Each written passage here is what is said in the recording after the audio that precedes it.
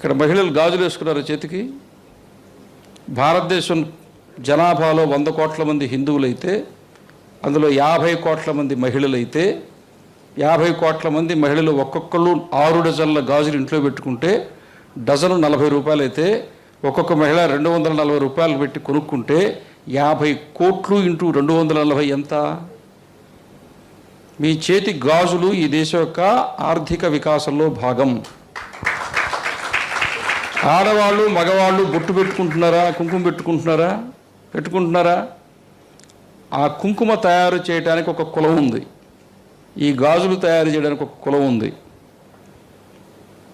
ఇవన్నీ ఒక కులము అనేటువంటి వాళ్ళు ఒక వృత్తి కలిగి ఆ ఉత్పత్తులు చేస్తూ ఉంటే అది భారతదేశపు ఆర్థిక వికాసంతో పాటుగా సమాజ జీవనం సవ్యంగా నడవడానికి ఉపయోగపడినటువంటి ఒక సామాజిక వ్యవస్థ. కులము అంటే ఏం కాదు.